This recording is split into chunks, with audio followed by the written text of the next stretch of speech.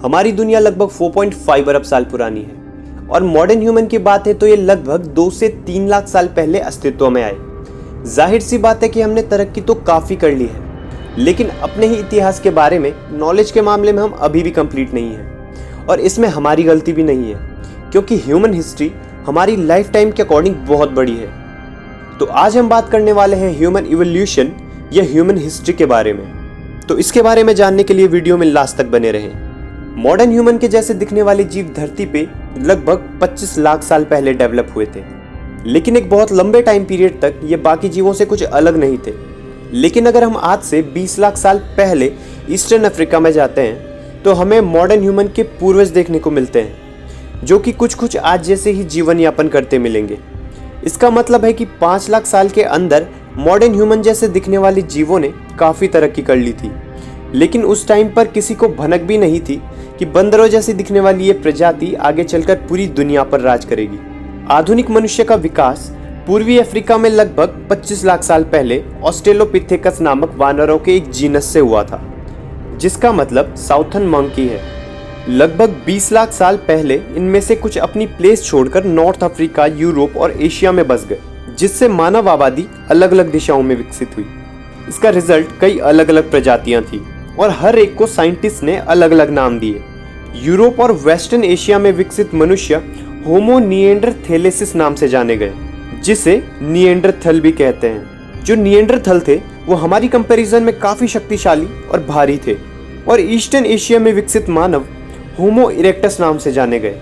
होमो erectus करीब 20 लाख सालों तक जीवित रहे और ये ह्यूमन हिस्ट्री की सबसे लंबे टाइम तक जिंदा रहने वाली प्रजाति थी। और आपको बता दूं कि हमारी प्रजाति द्वारा ये रिकॉर्ड तोड़ने के चांसेस लगभग ना के बराबर हैं। और इंडोनेशिया में जावा द्वीप पर विकसित ह्यूमंस होमो सोलेंसिस कहलाते हैं, जो उष्णकटिबंधीय क्षेत्रों में जीवित रहने के लिए अनुकूल थे। और एक और इंडोनेशियन द्वीप फ्लोर्स पर ह्यूमन बौने होने के लक्षणों से गुजर रहे थे। ये वो टाइम था जब ह्यूमन पहली बार फ्लोर्स पर पहुंचे थे। उस टाइम पर समुद्र का वाटर लेवल कम था, जिस वजह से मेनलैंड से द्वीप पर पहुंचना आसान था। लेकिन कुछ टाइम बाद वाटर लेवल बढ़ गया, जिससे कुछ ह्यूमंस द्वीप पर ही फंसे रह गए। अब क्योंकि आइलैंड पर जरूरत के संसाधन पूरी तरह अवेलेबल नहीं थे, जिस वजह से जो फ्लोर्स के जाइंट मैन्स थे, यानी बड़े कद के लोग, पहले मर गए, क्योंकि उन्हें छोटी हाइट और आकार में छोटे लोगों से ज्यादा भोजन की जरूरत होती थी और इनके कंपैरिजन में छोटे लोगों को कम भोजन की जरूरत होती थी। तो इस वजह से फ्लोर्स पर विकसित ह्यूमन टाइम के साथ बौने होते चले गए। 2010 में हमारे एक और पूर्वज के बारे में पता चला। साइबेरिया में डेनिसोवा गुफा की खुदाई करने वाले वैज्ञानिकों को एक जीवाश्म उंगली की हड्डी मिली। बाद में पता चला कि ये उंगली एक अज्ञात मानव प्रजाति की है, जिसे होमो डेनिसोवा कहा गया। ये कहना भी गलत नहीं होगा कि हो सकता है ऐसे ही पता नहीं कितने पूर्वज अंधेरी गुफाओं में हमारा इंतजार कर रहे होंगे। जब ये ह्यूमन डेवलपमेंट की प्रक्रिया चल रही थी, उस दौरान पूर्वी अफ्रीका में भी विकास की प्रक्रिया चालू थी। इनमें से कुछ थे जैसे होमो रुडोल्फेंसिस, होमो सरगस्टर और लास्ट में हमारी अपनी प्रजाति, जिसे हमने होमो सेपियंस नाम दिया है। इन प्रजातियों को वंश की एक सीधी लाइन में व्यवस्थित करना सही नहीं है, क्योंकि इससे ये हमें कुछ इस तरह नजर आता है कि एगस्टर इरेक्टस को जन्म देता है, इरेक्टस निएंडरथल को जन्म देता है और निएंडरथल हमें यानी मॉडर्न ह्यूमंस को जन्म देता है। लेकिन ऐसा नहीं है, क्योंकि इस मॉडल से ऐसा परसेप्शन निकलता है कि किसी टाइम पर पूरी पृथ्वी पर एक मानव प्रजाति धरती पर रहती थी। लेकिन सच्चाई तो ये है कि 20 लाख साल पहले से लेकर 10 लाख साल पहले तक पृथ्वी पर एक ही टाइम पर कई मानव प्रजातियां रहती थी।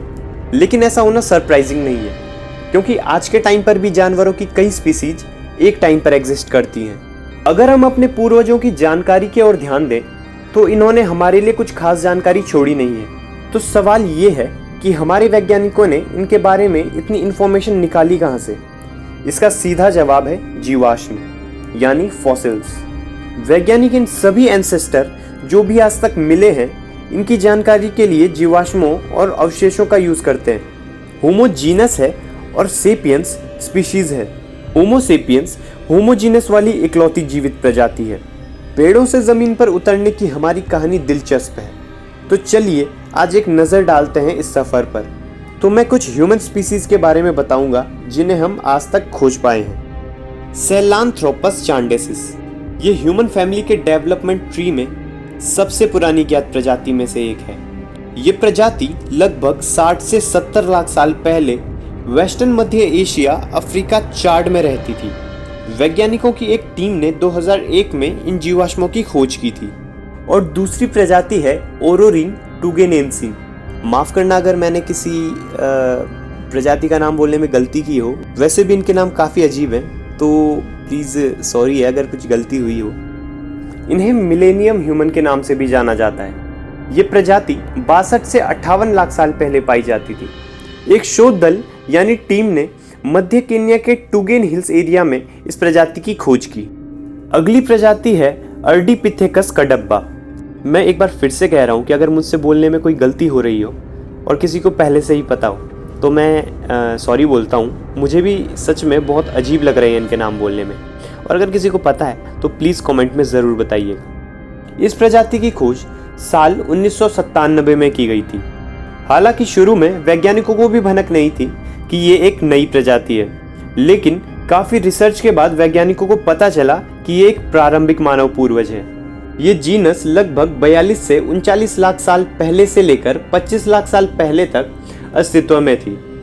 और अगर अगली प्रजाति की बात करें तो ये है होमो इरेक्टस।